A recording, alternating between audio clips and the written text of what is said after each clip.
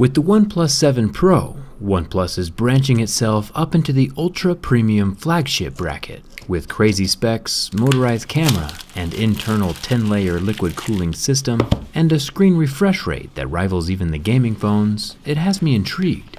But is it durable? There's no point in buying a phone if it can't survive everyday life. OnePlus sent me the Nebula Blue version to check out. Reminds me of spotlights shining up into a foggy night sky. It's got a frosty matte glass finish. Will the OnePlus 7 be able to survive my durability tests? Only one way to find out. Let's get started.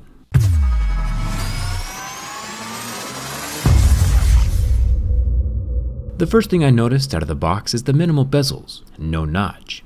OnePlus is calling this a fluid AMOLED, and I'll get to more of that in a second. But if we take a look up here at the top, the way OnePlus managed to get rid of the notch was by moving the camera. Like literally adding a motor and moving the camera so it pops out of the phone. I think it's pretty brilliant. If I push the camera back in manually, I get a little warning on the screen asking me to politely not do such things, and I'll obey for now, but I'll definitely be back. Let's start with the scratch test. With the large screen on the OnePlus 7 Pro, it's even more important that the glass remains scratch-free. My Mo's picks help me visually see the difference between different types of materials. Normally, metal objects won't be able to do any damage to a glass screen. OnePlus has been nice enough to include a legit plastic screen protector on the phone.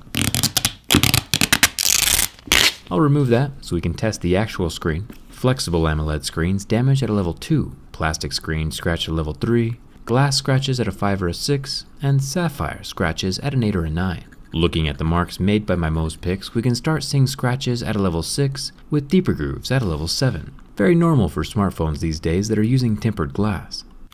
Up here at the top there is a small sliver of an earpiece. It feels like it's made from metal and sitting just below the surface of the glass. The motorized front-facing camera, which is only visible while the camera itself is enabled, pops out of the phone like a daisy in springtime. The 16 megapixel sensor is protected with a little circle of glass, which is good. It means it won't be getting itself scratched when sliding in and out of the phone. The front area surrounding the circular camera lens is made from plastic, but since it's not an essential or normally visible component, I'm not too worried about it.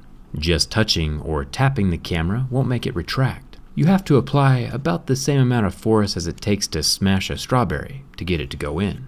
The analogy might be a bit weird, but you understand where I'm coming from.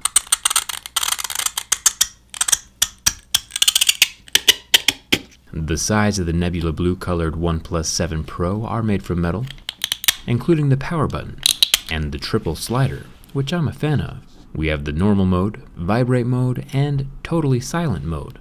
I think every phone should have a switch like this. The top of the phone exists. The surface of the mechanical camera slider is made from metal. You can see the silver glinting through after my scratches. The camera unit itself is also made from metal, minus the front plastic bit of course. Down the left side we have a metal volume rocker and more metal running down the body. Unfortunately for us though, flipping the phone over to check out the base, there is no headphone jack. The SIM card tray, USB-C and loudspeaker are all covered in metal. It has a dual SIM card tray with a slot on the front and back. Personally, I would rather have an SD card slot in here. But either way, it does have the red water-resistant ring to help keep liquid out. The back panel is covered in Gorilla Glass 5, meaning the blue color and logos are all protected against scratches, just like the front screen. On the 7 Pro, OnePlus has the perfect trifecta of cameras. A 3x telephoto zoom, 8 megapixel camera on the bottom, a 48 megapixel main camera, and an ultra wide angle 16 megapixel camera up top.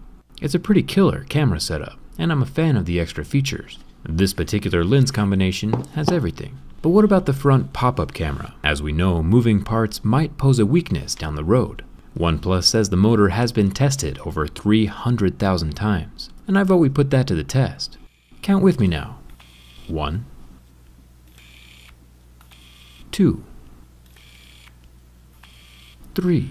Just kidding. Even if we activated the camera 150 times a day, it would still take us 5 years to hit 300,000. OnePlus says that if the camera is opened and sticking up, but then slips from your hands and free falls, the camera will automatically retract in just a fraction of a second.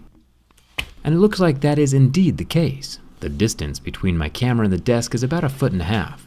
and by the time the OnePlus 7 Pro hits my hand, the camera is almost fully retracted. I'd say it would have time to fully retract itself in about 2.5 feet, or 0.6 meters. It's using the internal accelerometer and gyroscope to figure this out. Let me know if you want to see a full-on real drop test of this phone down in the comments. We can check my math.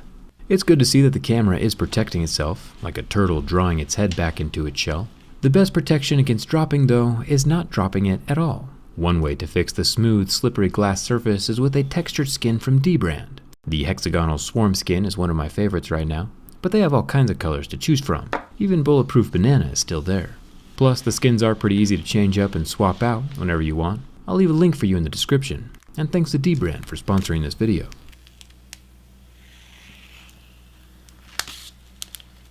Yeah, the OnePlus 7 has some impressive features, but one of the coolest things about this phone is the display.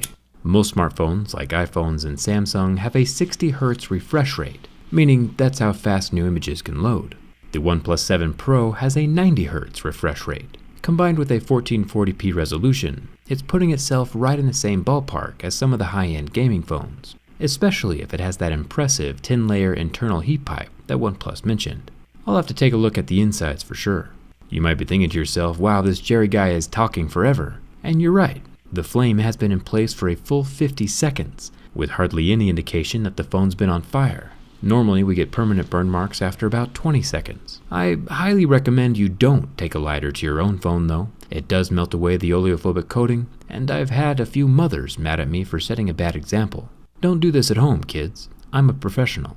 OnePlus has added an underscreen fingerprint scanner again this year. We can tell it's optical by the green light shining up onto my finger as I set the lock method. I'll take my Deeper Grooves Level 7 pick to the glass, just to make sure the fingerprint can still function when the glass is damaged. And it looks like even with the scratches, the fingerprint scanner can still unlock. Not too shabby. My durability test is not complete without analyzing the structure of the OnePlus 7 Pro. Does the camera slot at the top make it weaker? The only way to find out is with a bend test. When bent from the front, we get a subtle curve, but nothing catastrophic. And flipping the phone over to bend it from the back, we get no glass separation or kinks in the frame. The OnePlus 7 has held up well, and might just be one of my favorite phones so far this year. I'm a sucker for mechanical parts. I think the mechanical camera unit is going to look pretty awesome from the inside. The OnePlus 7 Pro Clear version is going to be epic. Hit that subscribe button, I've got some good videos coming your way. You can see what your phone looks like with the D-Brand skin installed using the link in the description. Come hang out with me on Twitter and Instagram. Thanks a ton for watching, and I'll see you around.